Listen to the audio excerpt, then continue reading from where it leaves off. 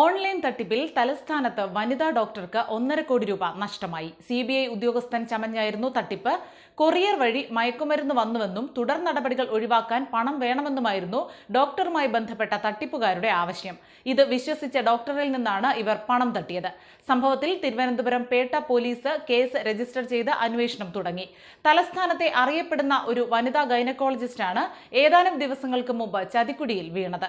Customs, CBI പോലുള്ള ഏജൻസികളിൽ നിന്ന് എന്ന വ്യാജേന തട്ടിപ്പുകാർ ബന്ധപ്പെടുകയും വീഡിയോ കോൾ വിളിച്ച് അറസ്റ്റ് രേഖപ്പെടുത്തുകയാണെന്ന് അറിയിക്കുകയും ചെയ്യുന്ന തരത്തിലുള്ള തട്ടിപ്പാണ് തലസ്ഥാനത്തും നടന്നത്.